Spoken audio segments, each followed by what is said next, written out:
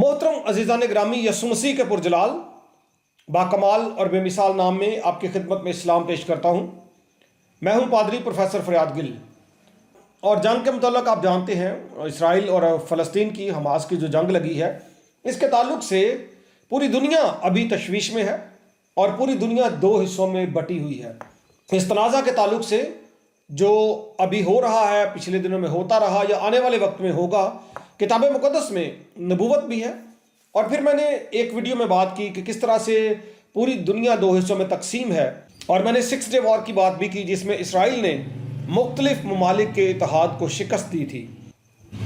आज ख़ुसूसी एतबार से मैं आपके सामने उन इबादतगाहों का जिक्र करूँगा जिनकी वजह से लोग बहुत ज़्यादा मरे, हज़ारों लाखों की तादाद में लोग मरे।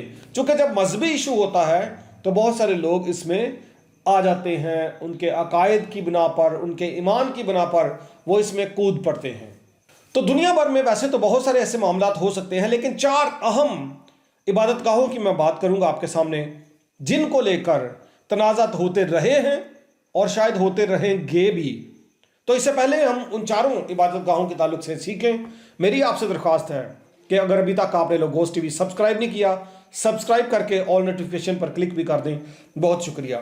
तो सबसे पहले बात करते हैं बाबरी मस्जिद की। 1528-29 में मुगल सुल्तान बाबर के सिपह सलार मीर बाकी ने उत्तर प्रदेश के एक इलाके अयोध्या में एक मस्जिद तामीर करवाई, और इस मस्जिद का नाम भी उस वक्त के सुल्तान मुगल बादशाह बाबर के नाम पर ही रखा गया। ये बाबरी मस्जिद कहलाई। और फिर 6 दिसंबर 1992 को एक मॉब ने, एक जत्थे ने इस मस्जिद पर चढ़ाई कर दी, इसको डिमोलिश कर दिया।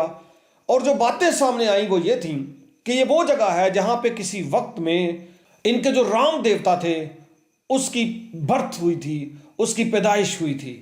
इसलिए ये जो जगह थी जिसको राम जन्मभूमि कहते हैं, इसकी उन्होंने अपनी कुतब में से आसार निकाले, हवालाजात निकाले, और ये कहा कि रामकोट में बाबर बादशाह के सिपह सलार मीर बाकी ने उस जगह पर मस्जिद तामीर करवाई है जहां पर पहले हमारा मंदिर हुआ करता था, उसकी बाकियात थी। इसलिए पहले तो ये डिमोलिश हो गया, बाद में ये केस इलाहाबाद की हाई कोर्ट में चला गया। इलाहाबाद की हाई कोर्ट ने उसी जगह पर 1/3 एरिया जो था वो मस्जिद के लिए मखसूस कर दिया और बाकी के लिए मंदिर बनाने की इजाज़त दे दी। लेकिन हिंदू अपने इस केस को अपील के तौर पर सुप्रीम कोर्ट में ले गए, और सुप्रीम कोर्ट ने जो वर्डिक्ट जारी किया तो उस सारी की सारी जगह को सुप्रीम कोर्ट ने टेंपल के तौर पर दे दिया। और साथ ही ये भी वर्डिक्ट में लिखा कि वहाँ से दूर तकरीबन 18-20 किलोमीटर दूर एक इलाका है जिसको धनीपुर कहते हैं। धनीपुर में इनके लिए 5 एकड़ एक बहुत वसी मस्जिद बनाने का ऐलान भी किया गया, जो बाद तामीर जिसकी शुरू हो गई थी। हमारी आज की लिस्ट में बाबरी मस्जिद पहले नंबर पर है जिसकी हम बात कर रहे हैं, जिसकी वजह से, ऐसी इबादत का जिसकी वजह से बहुतों को अपनी जानें खोना पड़ी, गंवाना पड़ी। हमारी लिस्ट में नंबर 2 पे है हगाया सोफिया। बात है 15 फरवरी 360 में कॉन्स्टेंटिनोपल एम्परर में इसकी डेडिकेशन हुई और इसको एक चर्च बनाया गया। यह सिलसिला बसिलसिला चर्च रहा, लेकिन 1453 में जब ऑटमन एम्पायर खड़ा हुआ, खिलाफत ने वहाँ पे कदम जमाए, तो सुल्तान महमूद ने इस इबादतगाह को, जो चर्च थी, मस्जिद में तब्दील कर दिया। और फिर इसके बाद 1935 में जब ब्रिटिश दौर था यहाँ पर, तो उन्होंने इसको म्यूजियम में तब्दील कर दिया। और फिर 2020 में तैयब उर्दुगान ने, जो प्रेसिडेंट ऑफ टर्की है, उसने इसको फिर से मस्जिद में तब्दील कर दिया। और ये भी एक ऐसी जगह है हमारी आज की लिस्ट में जो एक कंट्रोवर्शियल प्लेस है और जिसको लेकर बहुत सारे लोगों ने अपनी जानें गंवाई, और इन फ्यूचर भी ये जगह भी तनाज़ात का शिकार फिर से हो सकती है। हमारी आज की लिस्ट में बहुत ही अहम प्लेस है और ख़ुसूसी एतबार से ये जगह इस्लाम के मानने वालों के लिए इंतहाई मोतबर है। वो इसको अपना किबला अव्वल कहते हैं। यकीनन आप समझ चुके होंगे, मैं बात कर रहा हूँ यरूशलेम में मौजूद एक इमारत, एक इबादतगाह जिसको मस्जिद अक्सा कहा जाता है, और उसका कंपाउंड जिसको हरम अल शरीफ कहा जाता है।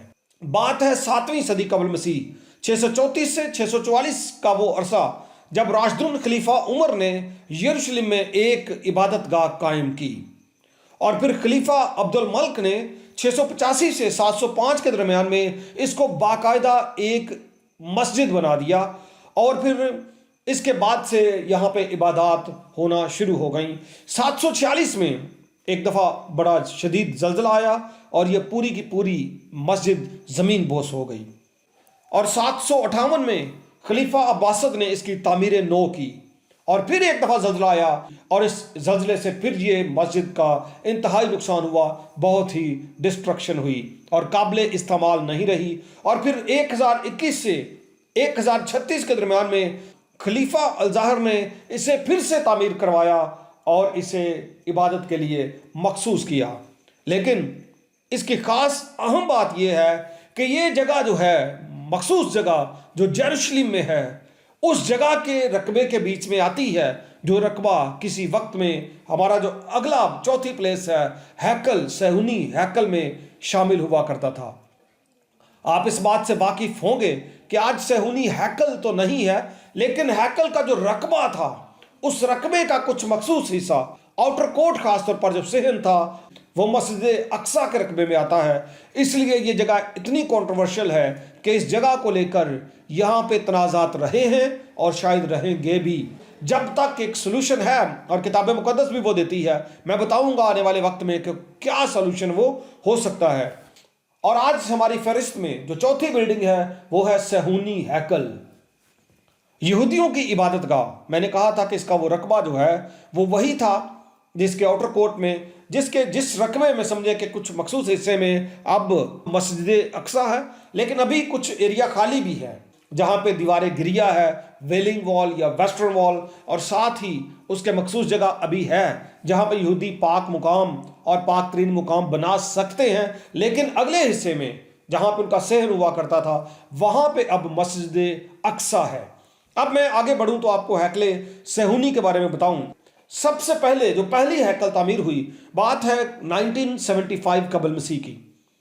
इससे पहले बादशाह दाऊद ने खुदा के लिए एक अलग घर बनाने की, मखसूस घर बनाने की अपने दिल में दुआ की, जो खुदा ने सुनी भी, लेकिन खुदा ने किसी कारण, किसी वजह से उसको ये काम करने से मना कर दिया।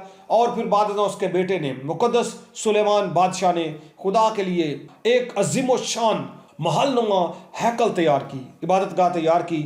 और ये हैकल हैकल सुलेमानी कहलाई, जो अपनी खूबसूरती में, अपने हुस्न जमाल में और हैकल में अहद के संदूक की बदौलत पूरी दुनिया में मशहूर हो गई थी और लोग रश्क करते थे। और कौम इस्राइल भी अपनी हैकल पर और अहद के संदूक पर रश्क और फख्र करते थे। लेकिन इसके बाद वो वक्त भी आ गया जब कौम गुलामी में चली गई, और बात है 586 कबल मसीह में, जब नबूकदनेस्सर बादशाह, जो बाबल का बादशाह था, उसने हमला किया और यरूशलेम के फाटकों को आग लगा दी और हैकल को मुकम्मल तौर पर तबाह कर दिया।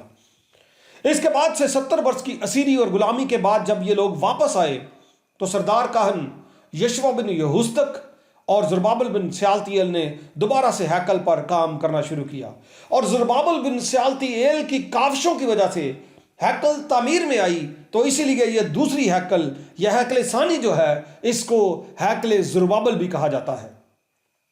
ये 538 कबल मसीह में तामीर हुई और फिर 167 कबल मसीह में 167 में अंताकस चहारम एपिफनस ने फिर से हैकल पर हमला किया और उस वक्त इसने इसके बहुत सारे हिस्सों को जला दिया और फिर से हैकल को इंतहा दर्जे का नुकसान पहुंचा। और फिर 17 कबल मसीह से 30 मसीह के दरमियान में हेरोदिस आज़म ने हैकल पर नज़र की, क्योंकि हेरोदिस को अमारात बनाने का, बड़ी बड़ी बिल्डिंग्स बनाने का बड़ा शौक था। तो उसने ये काम भी किया कि यहूदियों के लिए एक हैकल तामीर कर दी। और ये हैकल जो थी, पहली दोनों जो हैकल बनी थी उनसे ज़्यादा खूबसूरत थी और इसकी एक पूरी की पूरी दीवार जो थी वो सोने से जड़ दी गई थी। और ये तीसरी हैकल जो है, हैकल सालस, ये हैकल हेरोदिस के नाम से मशहूर हुई और ये भी ज़्यादा देर तक न चल सकी। और 70 मसीही में यसु मसीह ने इसके ताल्लुक से नबूवत भी की थी। 70 मसीही में जनरल टाइटस ने इस पर हमला किया और हैकल की ईंट से ईंट बुझा दी। और उसके बाद से अब तक यहूदियों के पास कोई हैकल मौजूद नहीं है। आगे फिर मैं आपको बताऊंगा कि चौथी हैकल कैसे बनेगी, क्या इसमें खुदा की मर्जी होगी या नहीं होगी। हम आने वाली वीडियोस में जानेंगे। اور پھر 5ویں ہیکل کون سی ہوگی یہ بھی میں آپ کو بتاؤں گا. Keep watching. Thank you so much. Until the next video. خدا حافظ.